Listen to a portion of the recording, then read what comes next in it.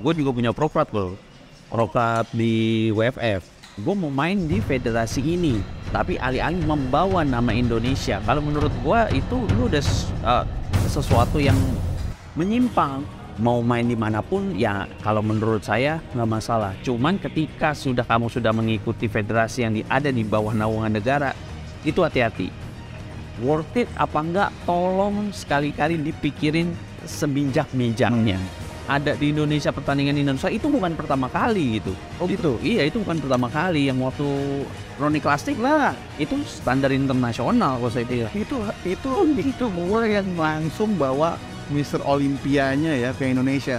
Bukan kalian yang ke Mr. Olympia. Ini Mr. Olympia. Iya. Gue bawa ke Indonesia. Pro card di dunia itu ada ratusan ribu orang. Iya, betul. Di Indonesia juga udah lumayan banyak. Ada Adiano Vali, Fani Fuad ya. Iya. Ada Isai, Chris Putra. Iya. Pak Pusat. Ya. Ada Evalim. Ya, Evalim. Itu adalah segelintir orang yang udah punya pro card. Iya. Harus bertanding kejuaraan profesional di Amerika yang membuka kualifikasi juara 1 Olimpia. Iya. Karena kan cuma juara 1 sekarang yang bisa ikut Olimpia.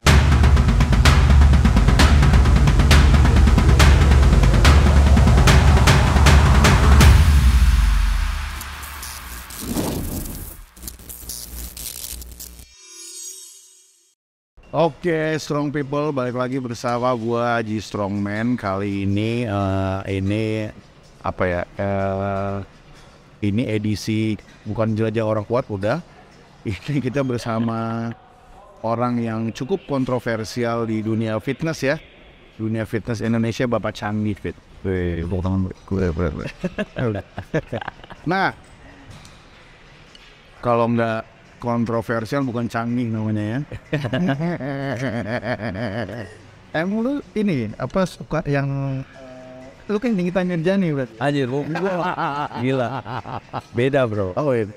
Gua tujuannya jelas. Jadi kita sempat rame ada beberapa isu yang hangat belakangan ini, kayak kemarin soal whey protein, Ya, ada lagi fake label. ya, ada lagi soal apa namanya, bro? Apa namanya? Yang sekarang mau dibahas nih. Yang sekarang Ini yang sekarang mau dibahas sebenarnya cukup sensitif. Iya. Tapi kita mau disclaimer dulu, kita nggak ada masalah dengan orang-orangnya atau atlet-atlet yang udah profesional yang udah mempunyai pro card, itu gak ada masalah sama sekali. Kita cuma mau mengedukasi fitness mania. Kan banyak banget nih anak fitness di Indonesia, dan banyak informasi yang harusnya kalian harus tahu gitu mengenai pro card.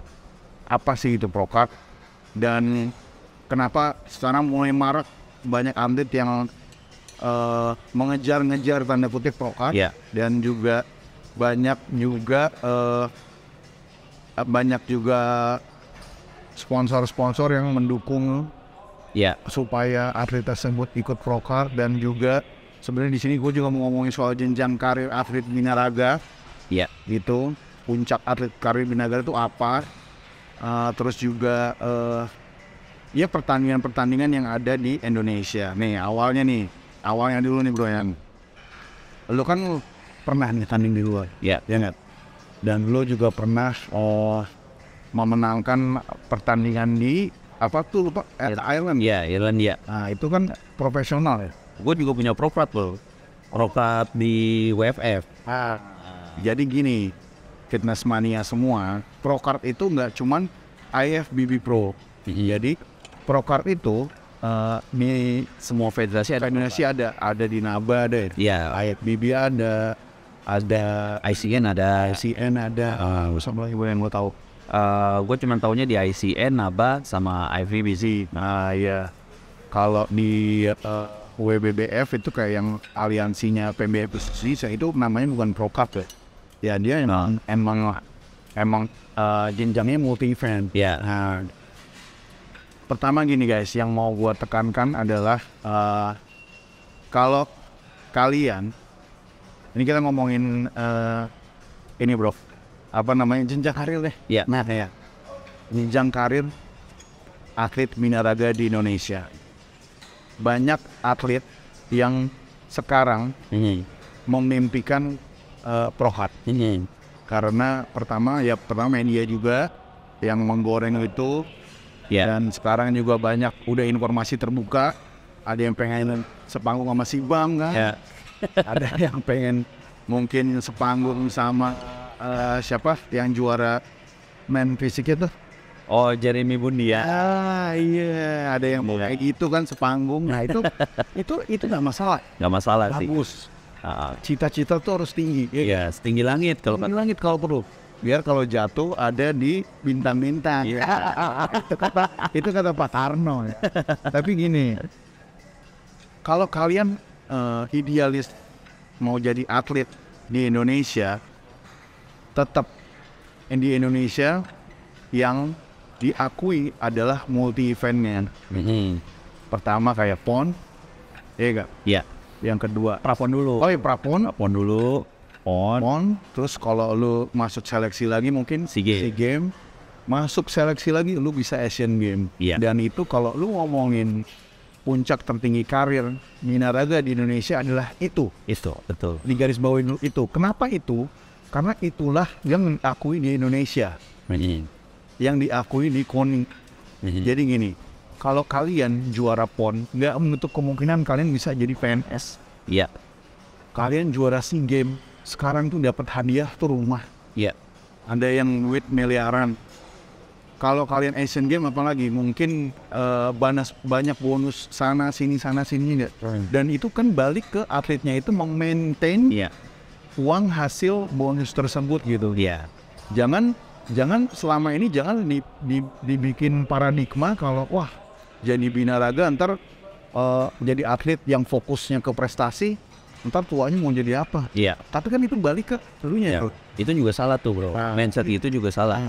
Coba sedikit. Iya, jadi pandangan lu. Iya, jadi kalau menurut saya kan seorang atlet itu harus kalau untuk maintain prestasi itu kewajiban, ya kan? Tapi diharuskan untuk punya jiwa entrepreneurship gitu. Dia harus mau nggak mau, bisa nggak bisa, dia harus punya usaha, sebuah usaha atau lembaga. Kalau lu kan ada Rawor, nah itu bisa jadi suatu kegiatan event yang akan bisa menguntungkan lu di kemudian harinya. Gitu kan, ibaratnya lu punya legacy. Nah, harusnya semua atlet-atlet binaraga atau atlet-atlet di cabur lain ya diberikan kemampuan atau pengetahuan untuk itu, untuk menjadi seorang wirausahawan gitu. Karena prestasi nggak selamanya. Yes, betul, karena prestasi itu nggak selamanya. Makanya pas gua memutuskan untuk fokus ke industrinya ketika gua memasuki umur 30 tahun, gua ngelihat kalau gue seperti ini terus, oke lah, mungkin gue bakal mengumpulin semua lebih banyak trofi, mengumpulin pro-card yang lain. Cuman ketika itu apa kan gitu kan. Nah, pentingnya kesadaran kemandirian akan sebuah menjadi pengusaha itu yang harus dipunyain sama semua atlet gitu. Jadi percaya apa enggak, ketika lu udah jadi juara, ketika lu udah mendapat kontrak, endorse, terus apa? Sampai berapa lama? Betul, gitu. Itu yang harus jangan sampai misalnya lu dikasih duit se-M lah, atau 500 juta gitu kan sebagai bonus dan lain sebagainya. Ya uangnya habis gitu aja gitu. Nah, jangan sampai balik lagi ketika nanti tuanya hidup dengan keterbatasan ekonomi menyalahkan pemerintah gitu, karena pemerintah sejatinya sudah menyalurkan haknya sebenarnya. Beda lagi kalau dipotong-potong atau gimana, itu terserah, itu urusan mereka gitu. Jadi intinya kesadaran dari diri sendiri itu sangat penting. Dan celah bisnis tuh banyak ya? Banyak. Dari seorang binaragawan profesional. Banyak. Jadi selain trainer apa lagi? Iya, jadi dari cara binaragaan profesional ada trainer, terus ada bisa jadi influencer sekarang, oh iya, ya kan? Terus bisa dia jadi bikin modul, nulis, ya seminar. Terus kalau dia punya pengetahuan yang lebih jauh tentang suatu produk, dia bisa develop produk, bikin produk gitu. Karena kalau untuk misalnya lu enak bang ngomong, kan semua itu butuh modal. Lu percaya deh sama gua, kalau lu udah bisa jadi juara, lu udah melewati fase dimana modal. Karena apaan? Walaupun lu gak ada modal, pasti ada orang lain yang bakal modalin lu. Asal lu juara dulu nih. Iya, asal lu juara. Karena ketika juara itu orang tuh mendapatkan trust. Oke, gue trust sama lu bisa juara, karena satu juara tuh gak gampang. Apalagi sekelas SEA Games. Ya. Nah, yang kedua, ketika lu sudah mendapatkan juara, lu dikenal sama masyarakat luas. Ibaratnya lu punya fame, gitu kan. Nah, yang kebanyakan gagalnya atlet-atlet kita ini pengennya ini duit cepat, gitu. Dia nggak duit cepat dalam arti kata dapat kita bikin gym yuk, ayo kita bikin gym ya kan. Anggarannya digedein, ngomong nih akan BP seperti ini, begitu cair ternyata nggak sesuai harapan, masalah. Kebanyakan tuh yang seperti akhirnya ditendang. Iya, pengusaha jalan sendiri. Ya, dianya balik jadi trainer. Iya, gitu. Nah, kebanyakan yang begitu. Makanya kalau mau usaha tuh yang penting harus cinta sama prosesnya. Sebenarnya gitu. Karena atlet dan pengusaha itu dua job desk yang berbeda. Gitu. Jadi itu yang harus diperhatiin tuh. Dan kalau ngomongin soal membela nama Indonesia, kalau pertandingan kalian pro kart di luar, oke lah kalian bisa bawa bendera Indonesia. Cuman lagu Indonesia nggak ada. Iya. Gitu. Kalau kalian mau memandangkan lagu Indonesia Raya, yaitu di multi event. Iya.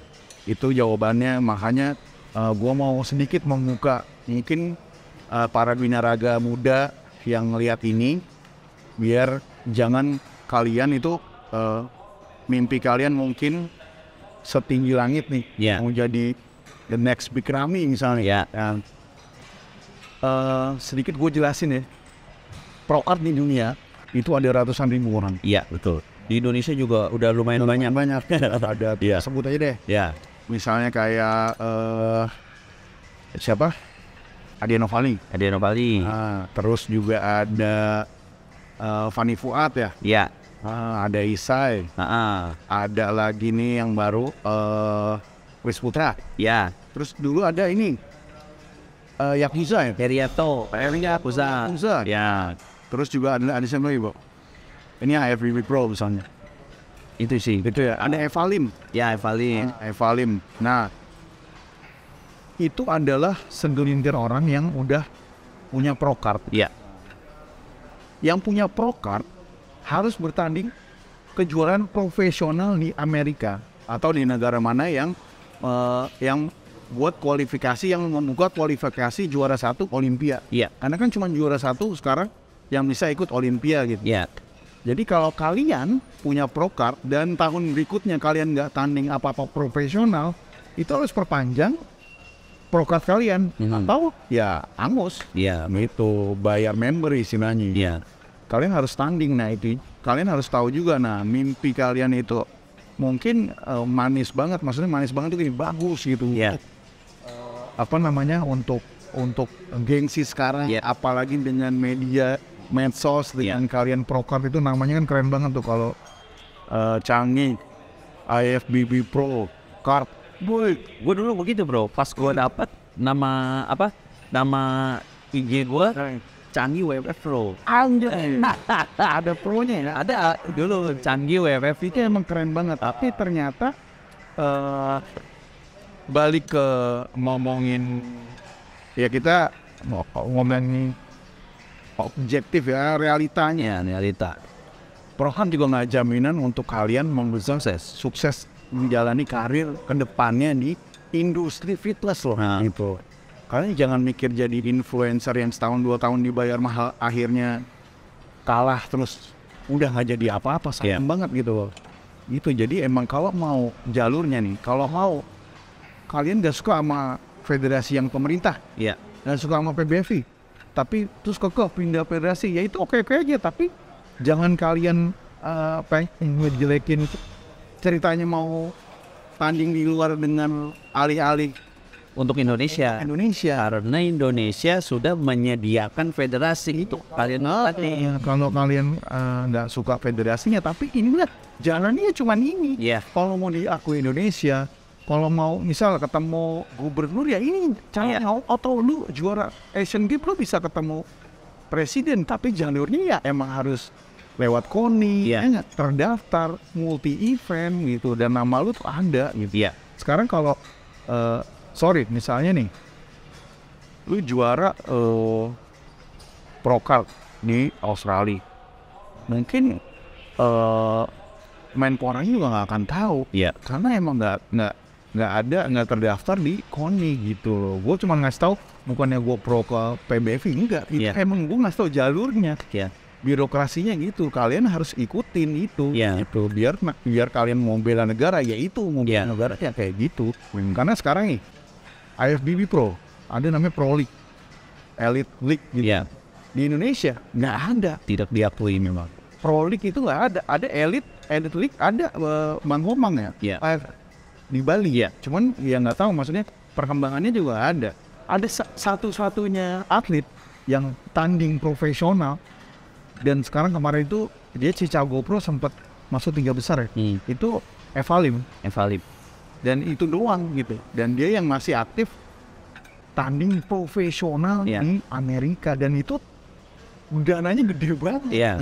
Itu juga dana sendiri, dana pribadi. Dan apa namanya, di sini yang mau gue jelasin juga, kalau emang kalian ibaratnya best achievement terbaiknya adalah Pro Kart, enggak. Ada lagi ya. Jadi gue mau nambahin sedikit bro, masalah federasi untuk Indonesia. Gini, kalau lu mau bertanding di misalnya di event yang lain di luar PBFI atau di luar mana, ya sorry to say bro, itu lu bertanding buat diri lu sendiri, bukan buat Indonesia. Karena satu, Indonesia negara kita itu sudah menyediakan wadah kita untuk berkarya dan berprestasi di industri fitness bodybuilding ya di PBFI itu. Kalau diangkat berat PAPSI bro.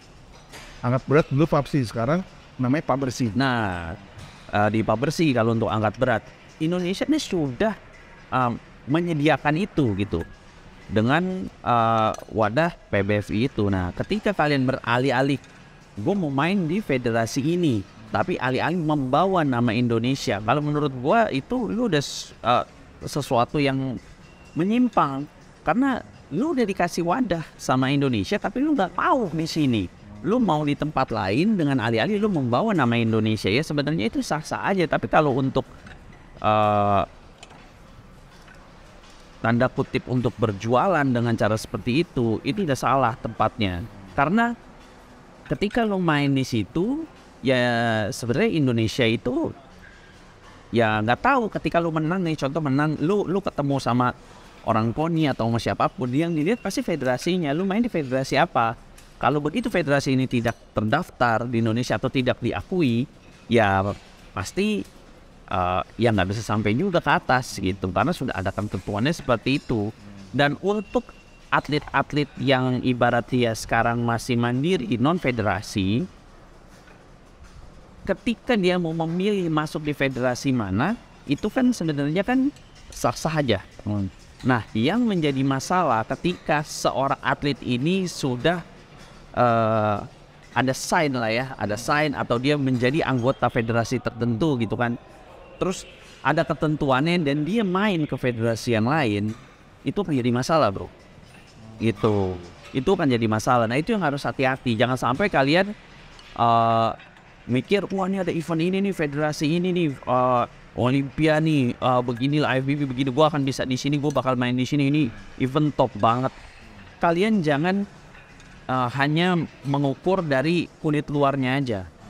Ketika kalian memutuskan di situ dan menang, contoh ya, mudah-mudahan menang gitu ya. Menang, ketika kalian menang, kalian akan terus dikawal, akan terus ini sampai tahap mana.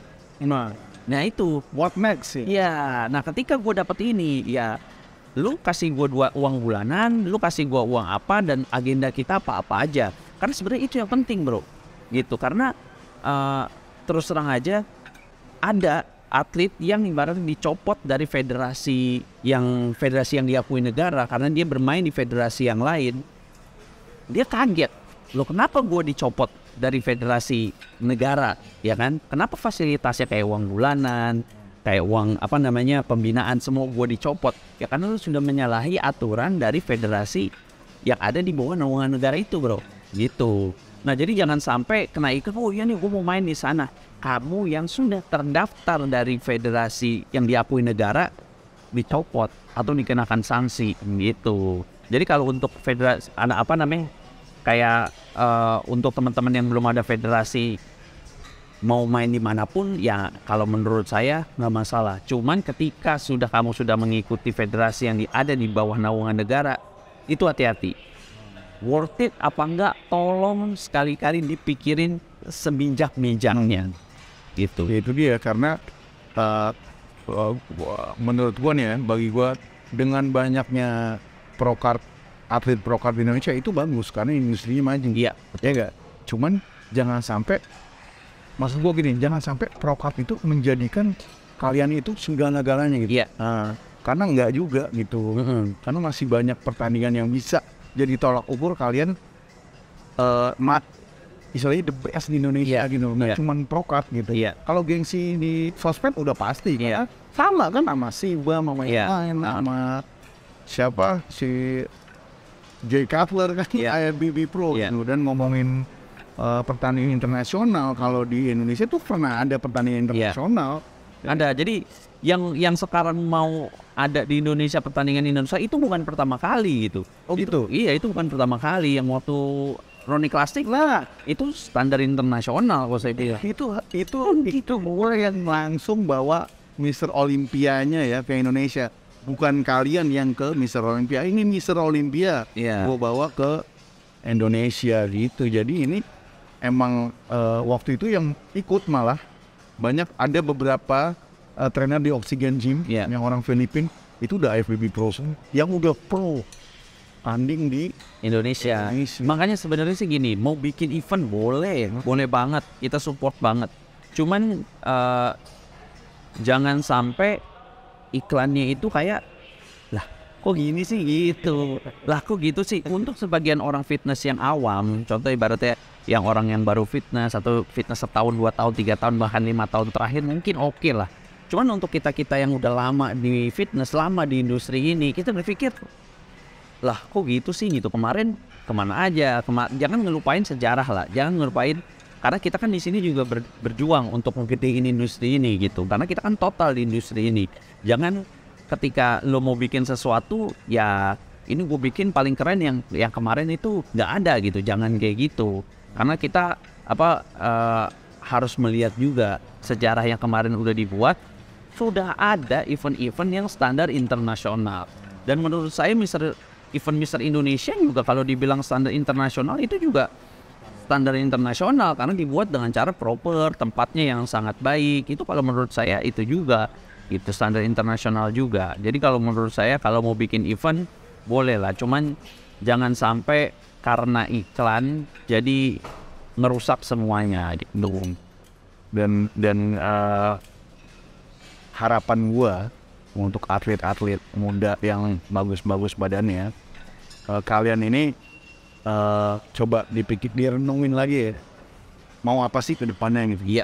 Coba di hati kecil kalian, kalau ngomongin prestasi, medali itu boleh banget, tapi harus ibaratnya selaras sama apa yang ntar kalian akan lakukan di hari kedepannya gitu. Harus realistis bro. Realistis. Kita hidup butuh uang, bukan whey protein. Iya, jadi realistisnya harus tahu ini gua harus langkahnya apa, kedepannya gimana, atau untuk apa yang mau bisa gua lakukan. Iya, untung juara PON, banyak atlet Jabar yang jadi PNS gitu. Juara PON. Apa udah terjamin hari tua lu? Jadi emang jalurnya tapi benar melalui apa yang dilakukan oleh pemerintah gitu. Nah, balik lagi tadi masalah Nikita Mirzani bro. Jadi kan mungkin orang mikir, oh si Canggih nih apa dikit-dikit dia keriting, dikit-dikit dia speak loud di sosmed. Sebenarnya saya mengkritik itu untuk teman-teman atlet atau teman-teman fitness mania yang hidupnya 100% ada di sini bro. Dan gitu, kayak contoh, saya selalu mengkritik seorang atlet itu ketika seorang atlet itu dikontrak sama suplemen dan bilang, badan gue gede karena gue minum suplemen ini, gue jadi juara karena gue minum suplemen ini. Itu pasti gue kritik bro. Karena apaan? Ketika nanti lu udah nggak ada di suplemen itu, lu jadi apa? Gitu kan? Dan lu dibayar sama suplemen ini sampai semahal apa sampai lu berani ngomong seperti itu? Karena ya kita tahu lah itu semua pembodohan gitu kan. Nah jadi yang gue kritik itu sebenarnya kalau ditelaah dengan hati yang benar-benar terbuka gitu ya, itu buat kemajuan bersama sebenarnya bro. Mencerdaskan industrinya dengan fakta yang sebenar-benarnya dan boleh berjualan dengan cara yang mengedukasi bro, bukan dengan cara jualan kayak iklan. Tahu kan? Kalau makan nyari macan kan gitu loh. Oh iya. Nggak apa-apa bikin iklan. Gitu. Jadi jangan kalau mau jualan janganlah pakai embel-embel yang menurut gue parah banget gitu, yang terbaru orang umur 19 tahun disuruh pakai testo booster gitu kan. Sedangkan efek testo booster itu efek instannya itu ereksi kemudian. Ya please lah, tolong lah gitu kan. Nggak usah diginiin. Ini buat ilmu juga buat kalian. Kalau cowok itu prime-nya itu testosteronnya tuh 25-an. Ya, prime itu.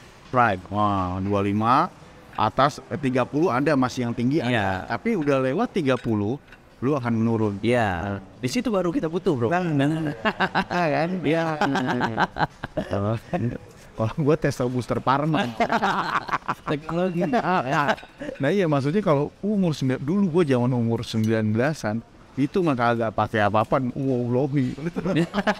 Lohi waktu itu wah itu mah simpangan aja ini. Itu dia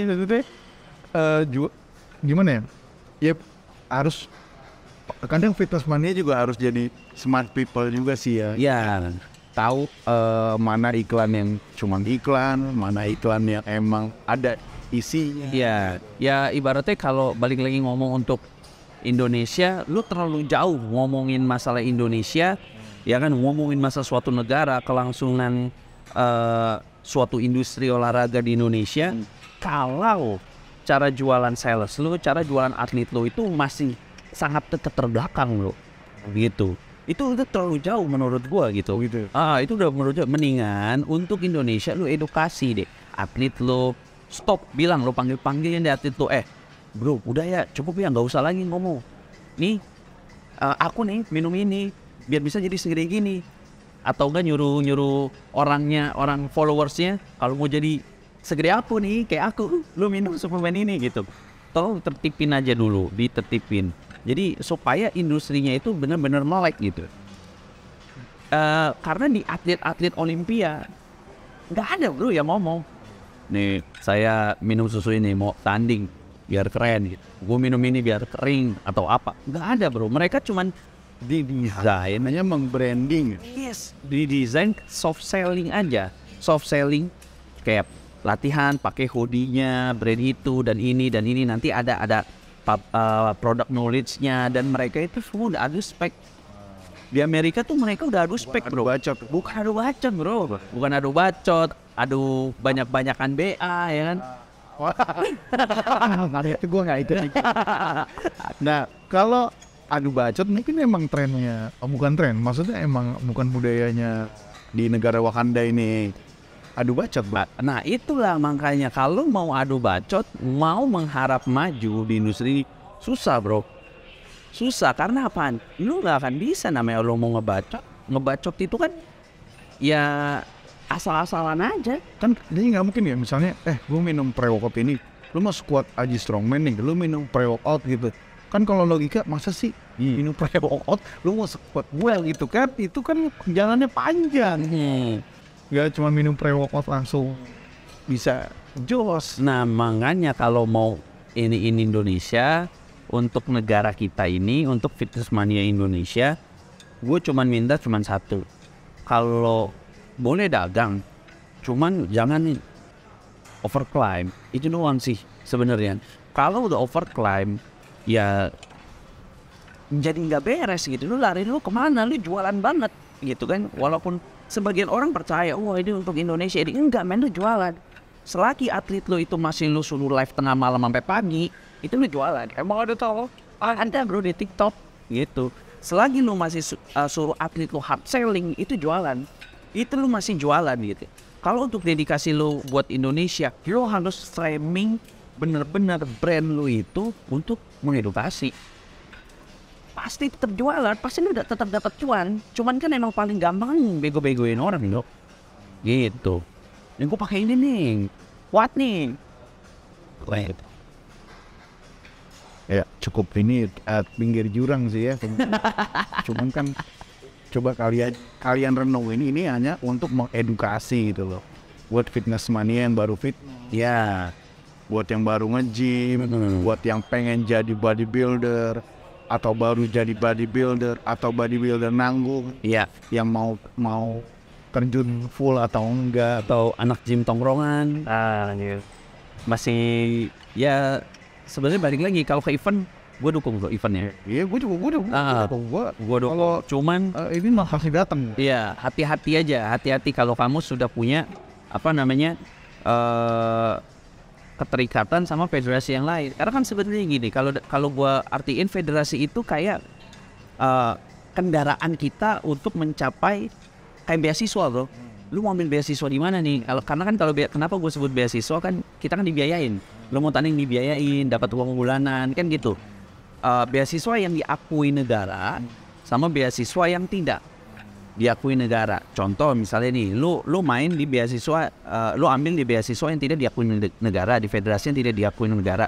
Ketika lu jadi juara di situ, jadi raja, otomatis negara juga keangkat. Karena kan lu hidup di Indonesia, bro. Itu udah pasti, gitu kan. Tapi kalau untuk lu, contoh ibaratnya nih, gue main di luar negeri, gitu kan. Kayak contoh kemarin gue main di Irlandia tuh, di WFF kan.